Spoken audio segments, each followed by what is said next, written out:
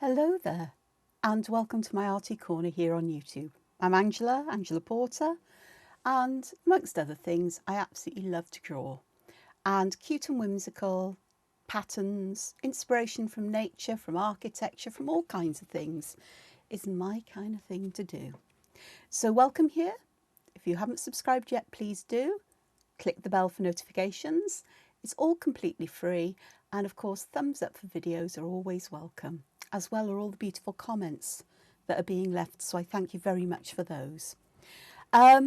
This morning, because it's morning here in the UK, it's 9:45 in the morning, it's sunshiny out, and I'm looking for a pair of glasses so I can see what I'm going to be doing. There we are, we got a pair per year.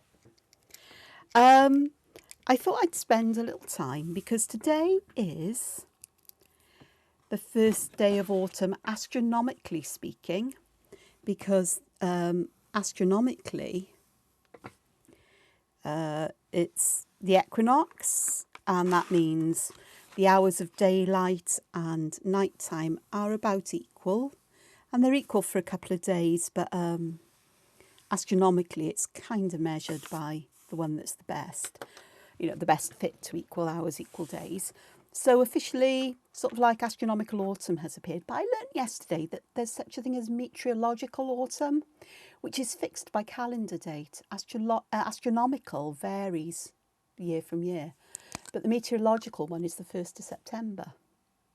And every season in the UK, you know, similar climes to us, is like 3 months long. So September, October, November, then the 1st of December is the start of winter. It's the winter equinox. You know, but there we are. I learn things all the time, which I didn't realise. But yesterday, on Thursdays, I draw a colouring page for a Facebook group who are people who particularly enjoy my colouring books.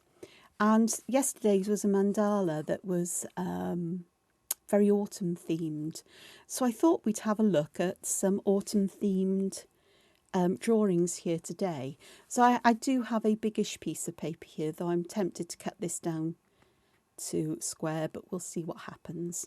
I quite like squares to work on. So I'm going to start here at the bottom, and I'm going to start with a nice S-shaped curve. Push my paper up. I've promised somebody I'll try to keep an eye on where the paper is in relation to the camera. I'm not going to promise I'm going to do that. And I'm going to turn this into an autumn leaf. So I'm going to extend the stem a little bit down here, and I'm just going to give it a little thicker edge. Then this is like an upside down J, or a C shape, I suppose, or an N. And I'm going to extend that a little bit more, and I'm going to continue creating these kinds of shapes until I come to the end. So I'm going to create something that resembles an oak leaf, but we're talking here about my cute and whimsical way of drawing things. So that's quite nice, but I quite like to extend these lines once I've drawn them. Don't like to do it when I'm drawing them, because I get the chance then, like I have now, just to adjust the shape of the lines and where they land, so I get an interesting arrangement here. And because I'm a bit of a fan of filling in little areas with a little bit of black ink, that's what they call in Zentangle rounding, what I call making it look a bit like stained glass. And I just think it all helps. Now here, I've overextended the line a little bit here, and it does look a little bit messy to me. So I'm just going to thicken the whole of this line to the bottom and fill that stem in. So I'll do another one or two, because as I'm drawing these things, I'm going to put them together as a kind of composition. So the next leaf I'm going to have almost tucked in behind. So I'm going to imagine that the leaf starts down here somewhere, and I'm going to start with that kind of shape again, and again, and again. Oh, and this time it goes all the way round. That's not a problem because, like with everything, it can all be adjusted later on. So I'm going to join this one down, that one to the centre, this one here, that one, here, here and here. And I know that not every one of you will be in the Northern Hemisphere where it's, you know, we're coming into autumn, and here the trees and plants are beginning to show signs that they may be getting ready to go into their autumn finery. But the fiery finery of autumn, but they haven't quite yet got there. Now this is a bit confusing around here, but that's where shading and patterns and so on come in to help to sort that out, and I'll see what I do. And I'm going to actually create almost like a corner and an extension up this way, almost like we're creating a frame of leaves.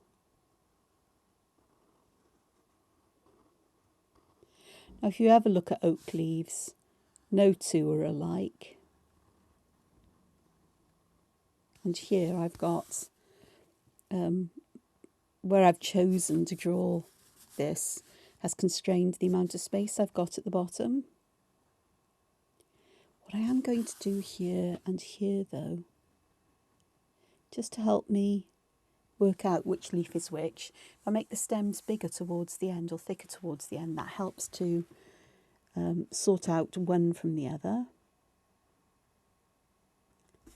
So I am just adding the rounding and weight as I go, and I extend these just to save a little bit of time.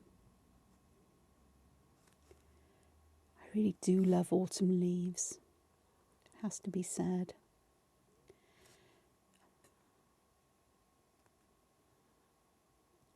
And of course the colours goes without saying. Now if I thought ahead a little bit, which I sometimes do, but I've been engrossed in trying some other stuff out, which I may show you in a moment. So we've got this, so I need another leaf up here.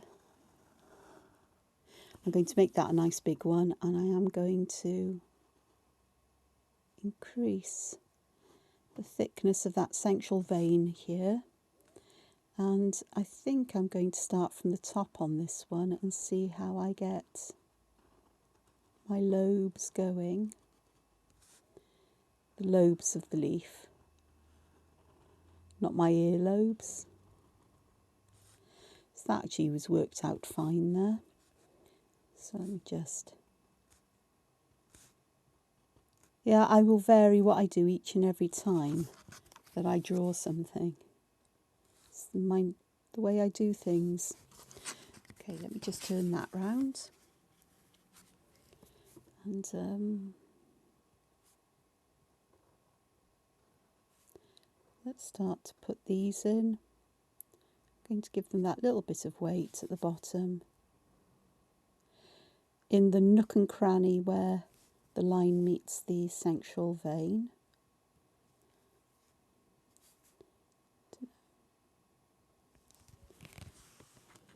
And I've got space that looks a bit awkward here. I haven't really overlapped them all that well, but I'll come to that in a moment, I expect.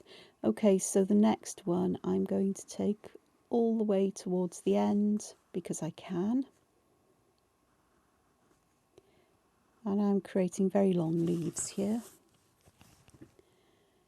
But let's have a look.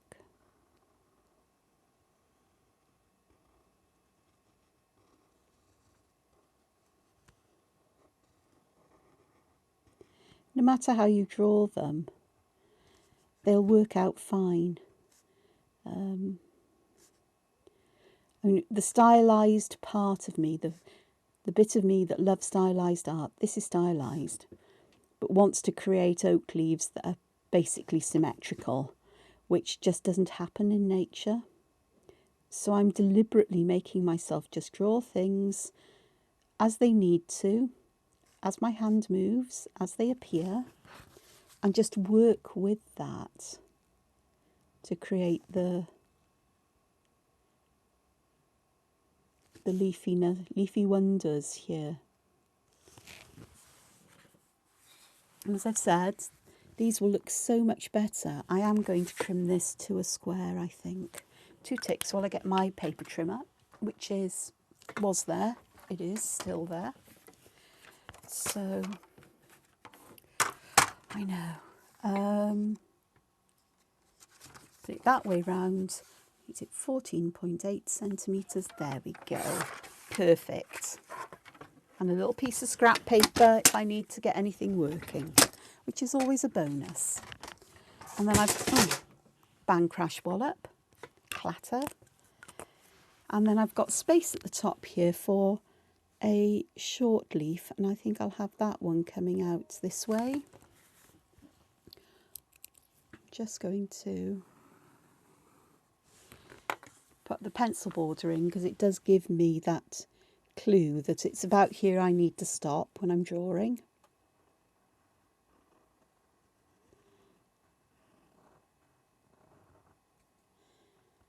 So I've got a smaller leaf here, which actually is quite cute in amongst all the big long ones. Some leaves on oak trees can be enormously long, I've noticed. Okay, so I've got some awkward spaces like here where things just haven't sort of come together nicely. Sometimes I need to practice things like this. But I think what I'll do is I'll pop another short leaf in.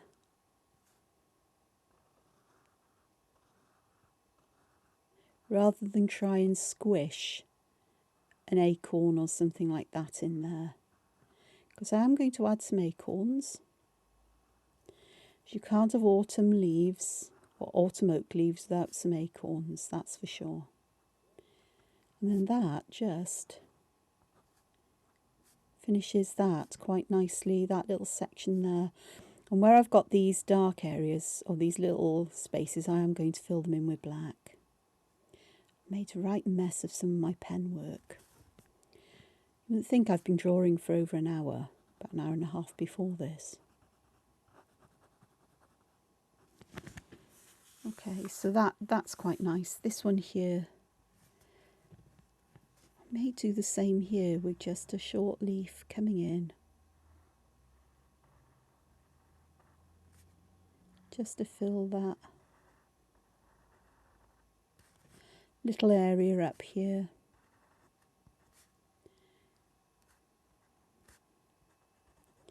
Sometimes you just have to do these things.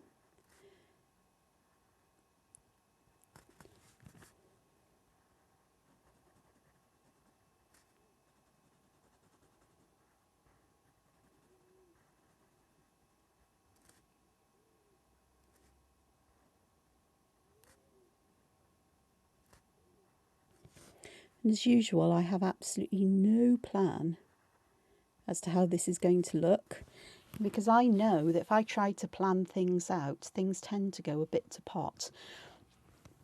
I really haven't done a very good job of these, but it'll be fine. It will be fine. Okay, I said I wanted some acorns, and I do. So I'm going to start with a bunch of acorns in this corner here. So this is how I draw an acorn, and there are multiple ways of doing this. But I want my first acorn to be here, so I'm going to draw the top of it first, like this. Then I'm going to draw almost like a letter C, or in Zentangle it's a bit like a Huggins line, I suppose. Like this. I could have sloped it down a little bit more actually, but it'll be fine as it is. I'm going to fill those little bits in. And then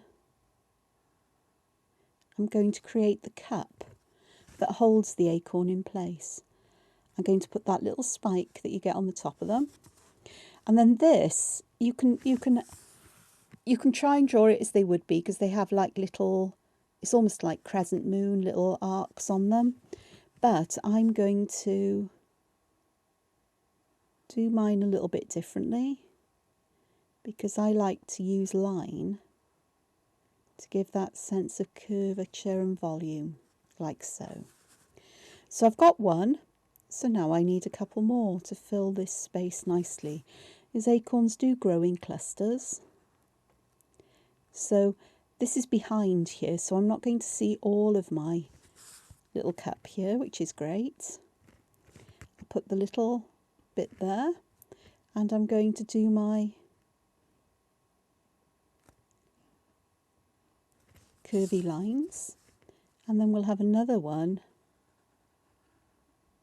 that lives just here. It's a bit of a smaller one, but that's fine, because again, in nature everything is always slightly different. They're similar enough that you know they're from the same tree or family, but then you also know. So I've got some stems going here, and around those stems I'm just going to fill it in with black to help make sense of things.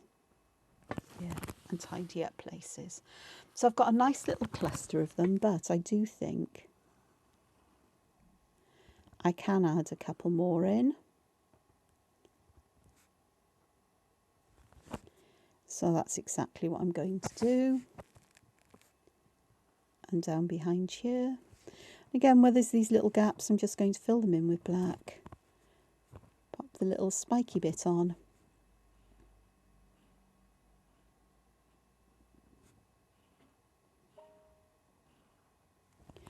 And fill that in. And I think I might just sneak one in here. This one's going to be a bit different, because we're not going to see where this acorn overlaps. So I'm going to go back, and I'm going to add some weighting to the bottom curves of these acorns where I can, just to help to separate them out. And the other thing I want to do, I do have too many pens on my table. I've got an O1 here, and what I'm going to do is I'm going to do this and add some shadow, as if I'm doing a lino cut or an etching, I suppose. So I'm using a long line and then a series of dots, and that longer line I'm gradually getting shorter, so that I just have that feeling that there's less shadow as I go away. Now this one, for consistency, I could put it there, but it actually feels like it makes more sense for me to pop this one on this side, this one here and here, and I am putting a couple on the other side just to leave an area of highlights there as well. Now this is something I can also do to my leaves, because if I want to add some shadow, and I'll do this on one, I'm going to do the same thing where I'm going to draw a line along and some dots, a line along and dots, and they gradually get shorter and shorter and shorter until they are too short to be worried about. It just adds that density of ink that adds some shadow and starts to add some form to these little leaf areas, I suppose. And if you miss the line, or don't quite manage to get it right, then that's fine as well. Nobody's going to come and tell you, oh, you've done that wrong, because you're doing it your way.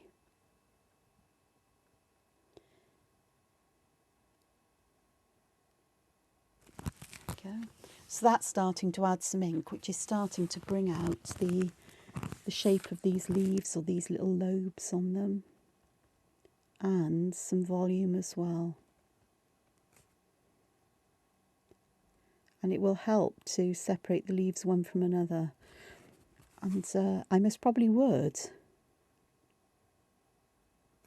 use colour on these. Most probably not today, because today's video is going to be all about drawing.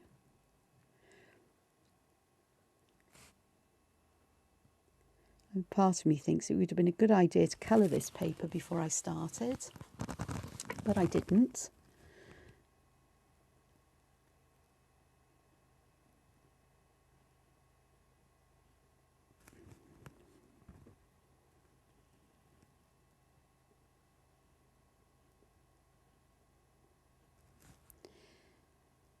Because I didn't think that far ahead, basically. My head's been on other things, and I'll show you some things at the end of the video, what I've been doing and what I'm trying to think about. As you know, I've been looking for things that are somewhere in my stash, but I stumbled upon other things as well and remembered about tools I've used in the past, and I've been thinking about, well, how can I make use of them here and now? So I've been experimenting with things and having a look, particularly with those tiny little drawings I've been doing for, you know, the random acts of kindness cards. I haven't really got many done, but I'm getting there. So that's beginning to give some volume. You can see the difference between the plain leaves and the not plain leaves. So tell you what I'll do is I'll finish this, because I'm doing the same thing, and I'll come back in for you almost instantly, for me in a little. Okay. So I've completed all of that, and these lines are meant to follow the contours of the leaves to try to give volume to them. So they're strictly called contour lines. It's not cross-hatching per se. I've just noticed, because looking up on the screen you can see things that I get a better overview of it. So I'm just going to add some more shadow behind there just to help to bring that up and off. So, but adding colour will really help with this, and that one could do with just a bit more there, I think. So we've got all of this happening. Now here I've got a big gap here, and I know exactly what I'm going to put here, because one of the things that I associate with autumn are mushrooms, and there's a wonderful plenty of them. So, well, there can be different kinds and what have you. So I'm doing one that has a cap this kind of shape. I'm going to give it a bit of a frilly, sort of like collar round it, and then I'm going to add the stem here. Now I'm not going to see any of the underneath, any of the gills, which makes life a little bit easier to deal with. But before I do anything else here, I am going to add some shadow underneath this.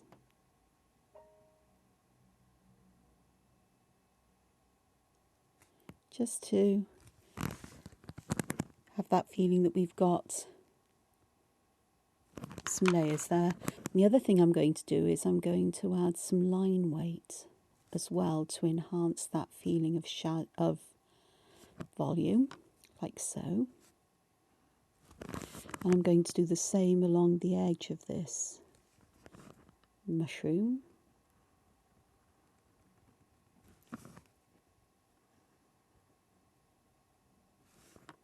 So, and I also need to add some shadow here beneath this, and I can also add some little, almost like little tears in here, just by drawing some pointy little lines coming up from these sections that make it look like it's all raggedy, because they do rip and tear. They're actually part of what, if I remember rightly, I could be wrong on this, they're part of what sort of like enclosed the the fruiting body, the mushroom, before it opened fully. So we have that. Now then, the next thing I want to do is I do want to put some spots in here, but because this is a bit more of a realistic drawing, I'm not going to put the usual cute and cuddly whimsical round ones in here. I am going to make them these. I'm going to give them sort of like raggedy bottoms almost, and vary them in size. Have some going around the side. Strictly speaking, I should really make this a bit thicker, but I can have some behind perhaps. That might give the impression that these have some volume as well. It's my bad for not thinking about drawing this in pencil first, and then adding these in, then inking the cap in. But it'll work fine.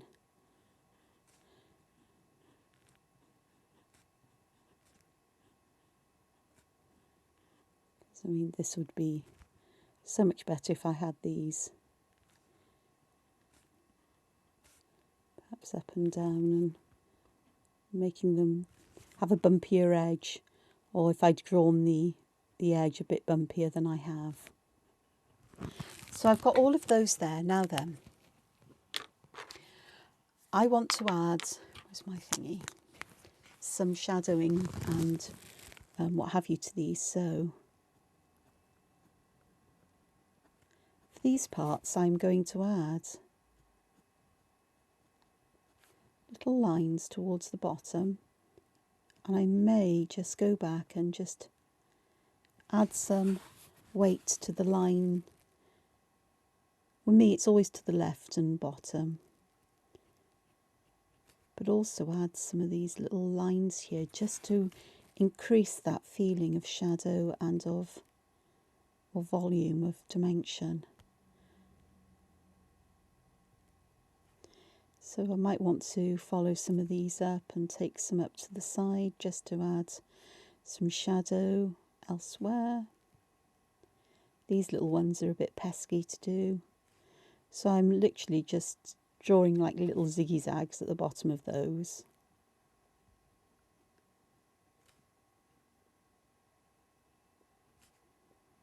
Which works just as well, because nobody's really going to take a look at it. Well, they will, but everybody finds their own way of adding texture and pattern to various things. And it can vary from time to time you draw them as well. Depends on your mood. Well, it does with me. And what I've already been drawing. And what's in keeping with everything else here. What would be in keeping would be far more controlled lines, I think, than these. Every now and again you've got to switch things up.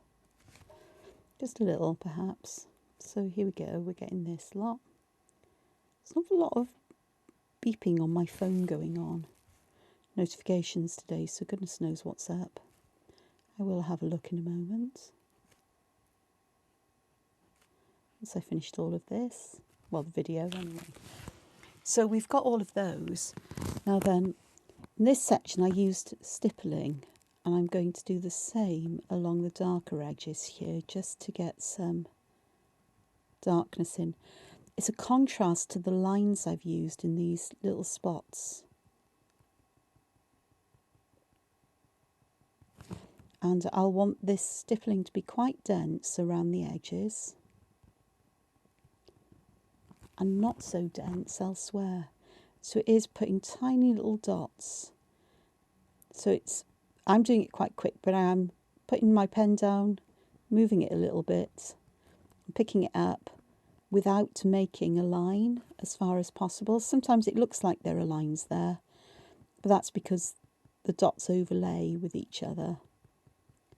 And no matter how hard I try, I can't avoid that.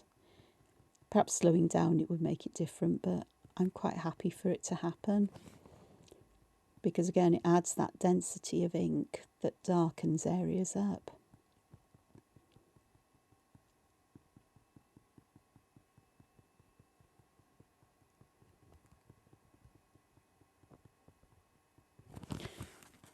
So I'm getting a more kind of illustrative or stylized kind, or still quite stylized drawings. They're not drawn from life, they're drawn from memory, imagination.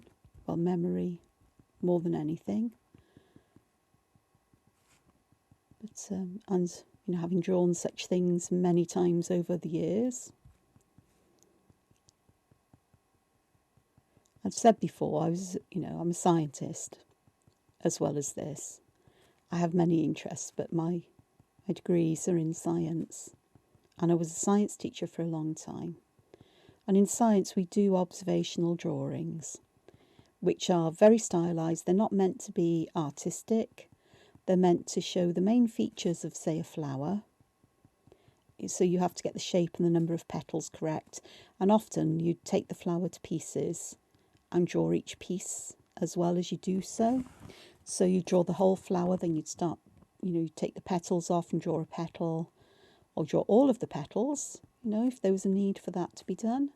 But you'd also draw what was left where the flowers had been removed, and then you'd take the stamens off and draw a stamen, and cut the ovary in half and draw that, and so on, to give an overall picture of all the parts and how they go together, or how you've taken them apart.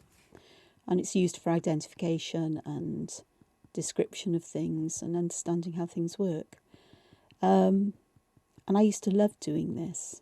In the same way, I loved drawing observational drawings of things you saw in microscopes, especially when it came to rock slices under polarized light, especially igneous ones, because the colours were amazing, and the patterns and shapes of the crystals that form the rock. And you can find these if you just Google for, rock slices, microscope rock slices, polarized light, and they are absolutely beautiful. And as you turn the slide round, the colours of some of these minerals, these crystals, will change. And being able to measure the angle at which they change, as well as their colours and so on, would help you to identify what the minerals were, without having to do any chemical tests, which was fantastic. Very beautiful.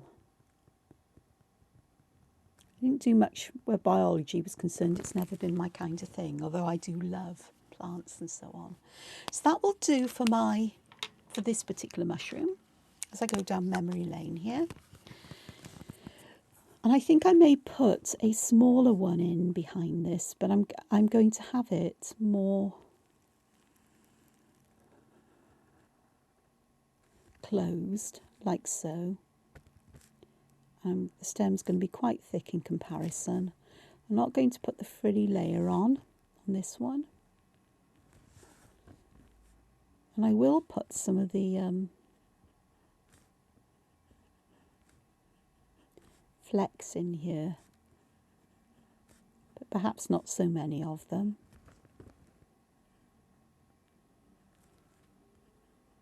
She says going wild with them now.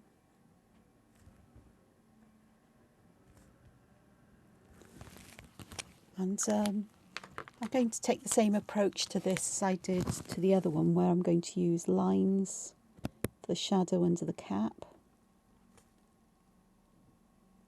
fading away almost to nothing in the centre, but returning on the edge again to give the shadow. And here there will be an awful lot of stippling right underneath this cap. In fact, I may just thicken that as well, just to help to separate it. And everything is going to be pretty much the same, so I'm just going to fill these in quickly, and I'll tidy them up in my own time then, but you get the idea.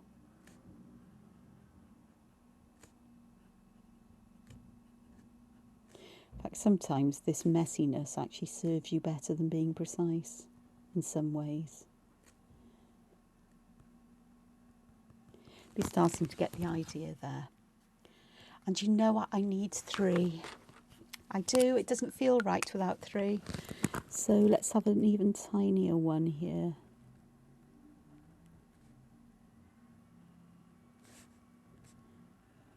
Whose stem is almost as big as it is.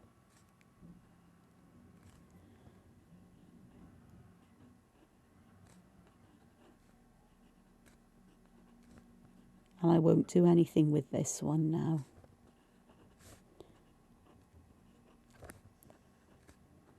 I'm putting some others in here because it doesn't look right. It looks a bit bare. And this one could do with a couple more perhaps. And I've drawn them far squarer than the others. I'll just pop some shadows on this side just to get that feeling going. So I've got some mushrooms and acorns and so on. The one thing I wanted to do were, oh, what do you call those things? Pumpkins. It's not going to happen on this one, I don't think. Well, it could actually, because I could put a giant pumpkin behind them, couldn't I? I could.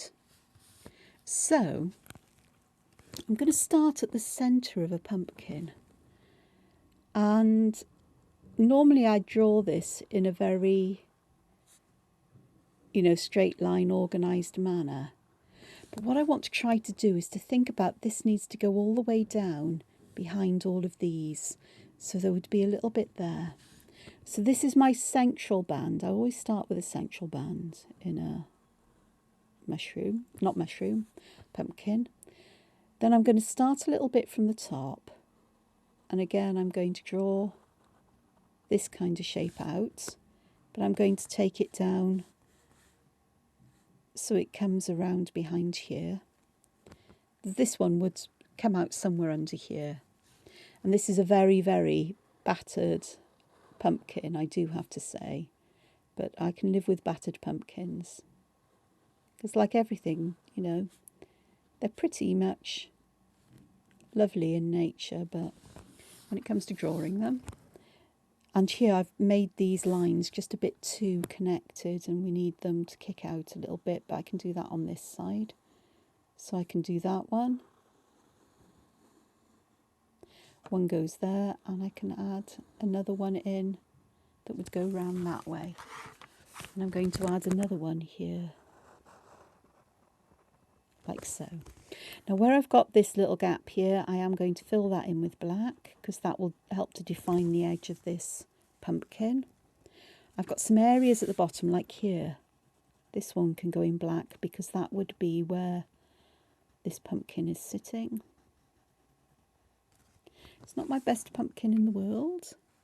I've got this one would come down here and perhaps that one would. I'm just going to fill that in black.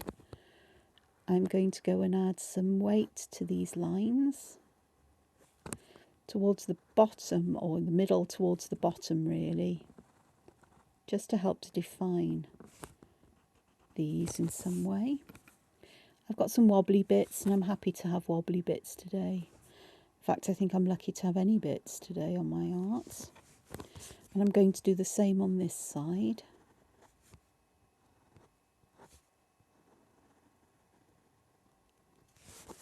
Wobbly lines are full of interest in some ways. And it will work out fine, I'm sure. Because I haven't finished drawing a pumpkin yet. But here I do want to get some lines going. And I'm going to add some little weight at the top where these join, just as I do in just about everything I draw these days. So it looks like a giant pumpkin. I need to put a stem in, and stems in pumpkins are very peculiar things, I believe. I don't think I've ever eaten anything pumpkin,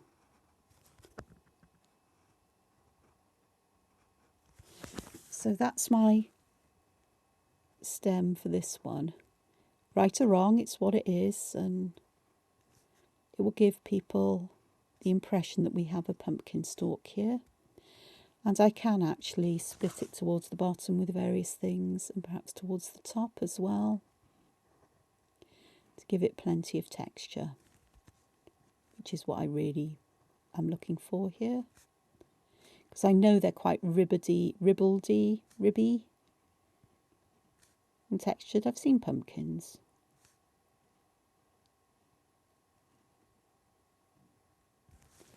So that will do there.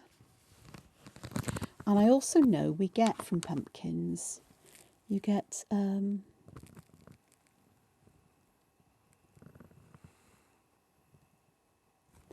like spiraled tendrils as well, don't we? So I am going to draw one of these in. So I've drawn a spiral here as a, tendril-y shape as a guide. But what I did was I've drawn around this way, come back to stop short of where this other one would come. Really, I should have drawn this one first, drawn that loop round, then drawn this one, drawn the loop round, and then this is where these can come out and go to the end of this tendril like that. Again, I've made it perhaps a little bit too much on the smooth side because I've got the feeling I really could have done this a lot more uneven and with flatter edges. So I'm going to use my addition of shadow to this to help with that kind of idea that perhaps these aren't as smooth as you might think they are. And perhaps we'll have one that goes this way, so I'll do one from here. I'm going to draw this to start. I'm then going to draw the next bit, which I'm going to loop around and take to the back. And then I'm going to draw this so it forms a little loop. And then I'm going to use my shadowing to add flatter and angular edges, just for the, a little bit of interest and so on. Okay, so I'll pop that pen out the way for a moment. I'll go back to my 01. Here I'm going to want to add some shadow to these different places and texture, because they're quite gnarly, aren't they, these stems?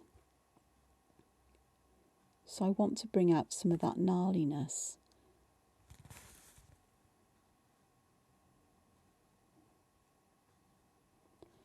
In some ways, so I'm sort of like overlapping these lines and having them start from random places just to bring that out. And perhaps at the top I can just flick some down, perhaps just to fill that in. For these, I am going to add something that goes along the centre-ish. It doesn't matter if it doesn't quite follow the centre line, because this would twist and turn, so we can get that feeling of twisting and turning by having this line sort of going from side to side, as it were, and reappearing and disappearing as it wishes. And perhaps a few more lines where it's that little bit thicker, which helps. And of course more where there's shadow, or we're going behind objects, because it will just help to bring some dimension into it. I'll do the same here, same kind of ideas. And we're going to have some lines that perhaps twist up and round, perhaps another one that appears and then disappears, and again.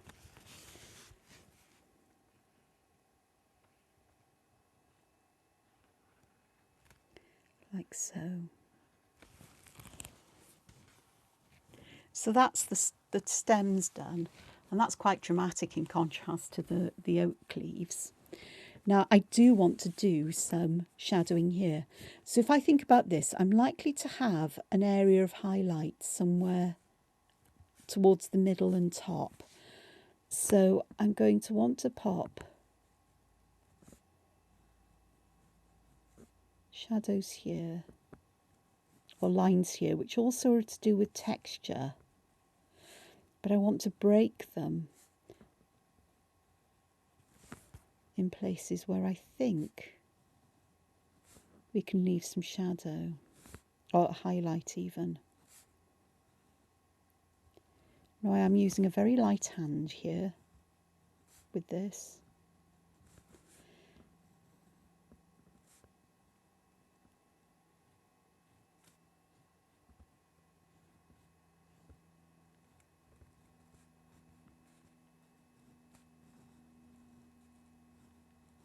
And I'm not trying to make these lines all that straight, because my edges of my pumpkin aren't exactly the neatest or the smoothest. So if I continue to work with that kind of idea of the lines, then I'll end up with quite an interesting texture. Now down the bottom here is where this is going to be quite dense and in shadow, so I'm just going to pop lots of lines down here, and I'll do the same elsewhere underneath the mushroom, because they will form there. But what I'm going to try to do is where I can see there's a line that would follow on from the segment of the pumpkin, I'm going to keep the lines going in that kind of direction, so they look different to each other, if that makes any sense. So here, the lightest area would be, well, there's a dip here, isn't there, in it? That's where there's a dip, so there's going to be a fair amount of lines on either side of this. So I could actually do with just popping some extra ones in. And if they overlap, that's fine. It's part of the texture of this pumpkin. So I do want some here that are quite close together. But I want to start to leave some breaks here so that I can get some shadowing in, or highlighting in even. So I'm not even making sense to myself here. Okay, so down here is where all of these lines are going to come together into an area of quite dark, a lot of darkness, because it's going to be in shadow all the way down here. So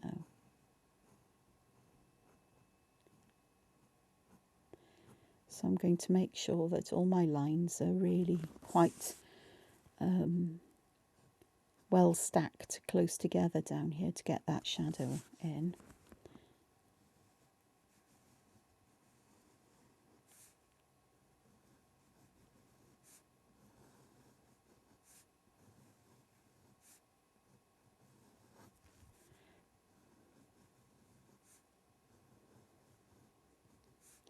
So I'm starting to break these lines. I'm not really carrying the lines on. I'm allowing them to sort of like join together and, you know, split to create that kind of highlight. I don't know how that's looking. It's been a long time since I've drawn like this, I have to tell you. But you never really forget what to do, and sometimes I'm doubting myself because it's something I haven't done for a long time, and I didn't expect to draw this way today. Isn't it funny? I never have a clear plan for what I want to do. But I'm sure you're getting the right idea of what I'm doing here. So what I'm going to do, apart from leaving a little gap here, is I'll disappear and I'll come back once I've finished adding all of this. So that's the picture so far, so I'll be back.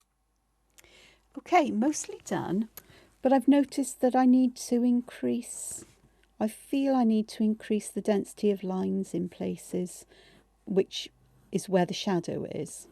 So by putting more ink down, you increase the shadow. But it's only as you work through things can you decide this. And there comes a point where you have to go, right, okay, that's enough for now. I'm going to leave that, Because like with everything, you can always add more, but it's not always easy to take things away. You can, but it's better to leave it needing a little bit more so that when you've had time to think and reflect, you can always go back and add more.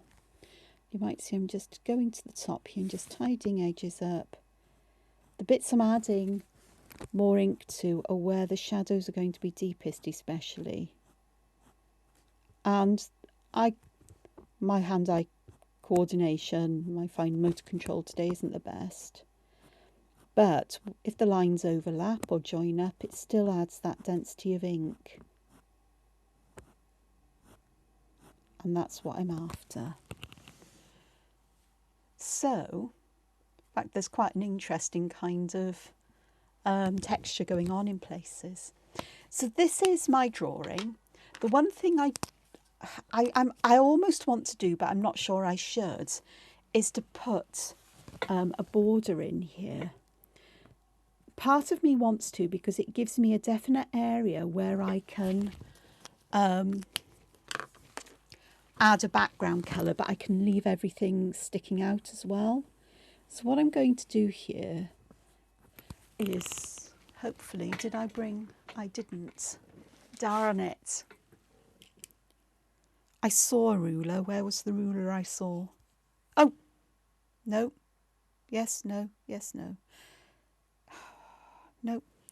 Sure, I bought one upstairs with me. My rulers I've seemed to have scattered my rulers far and wide everywhere at this time. It's crazy. This'll do. So I want to get a line here that is roughly that'll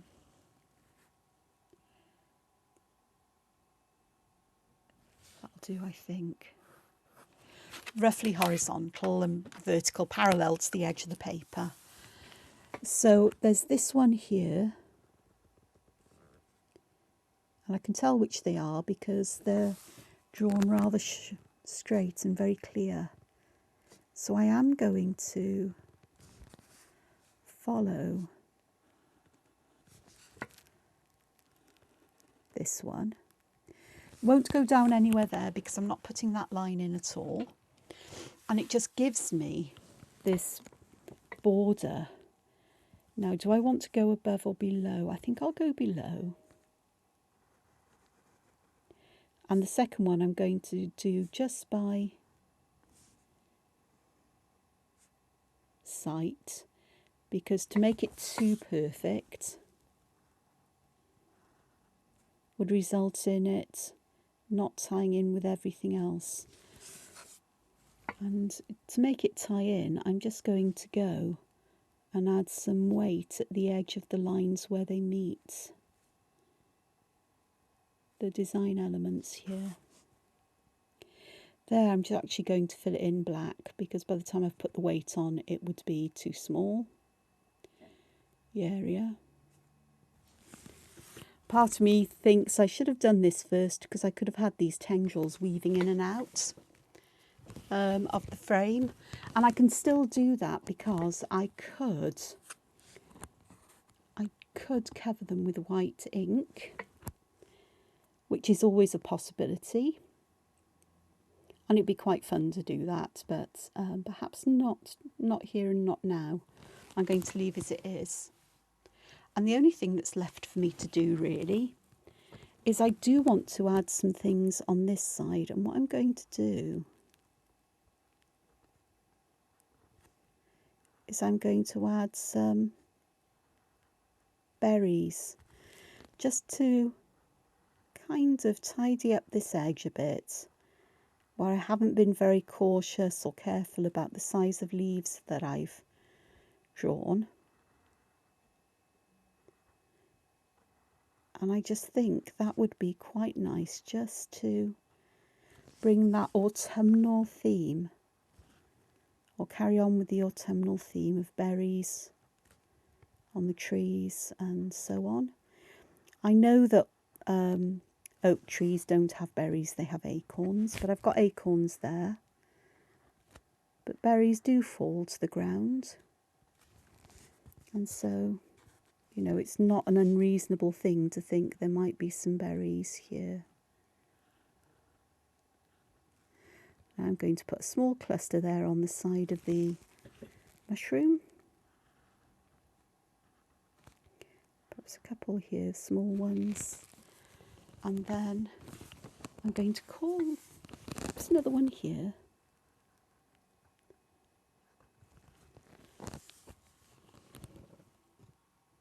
And I think, apart from putting my initials in somewhere, and I think I'm going to pop them in here, I do tend to put them almost like they're in a berry. There we go. Then, apart from erasing the pencil lines, that is,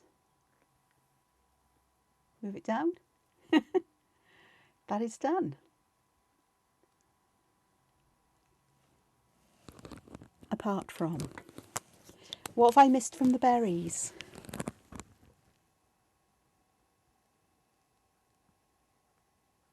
Some shadow, and I'm going to fill the tops of these in.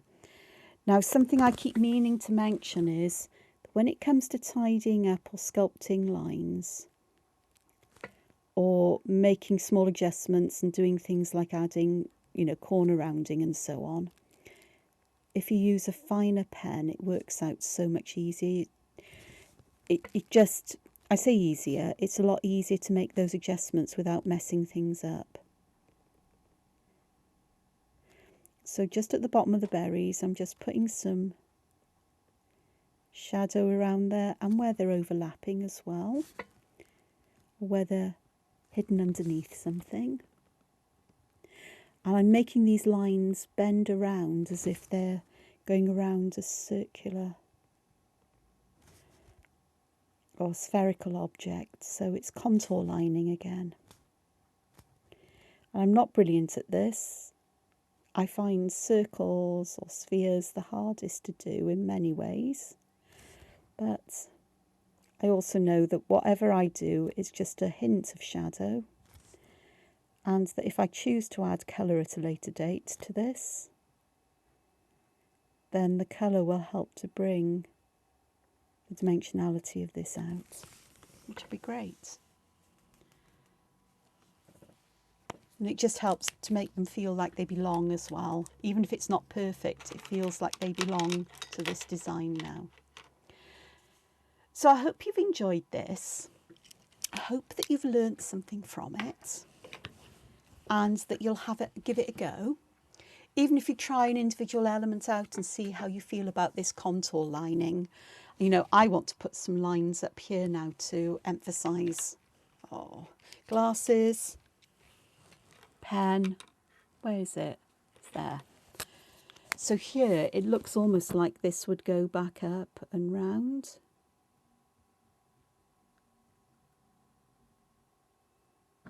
Almost. So I could fuss and faff around with this for ages. And I can also see how I started with very, very precise lines here.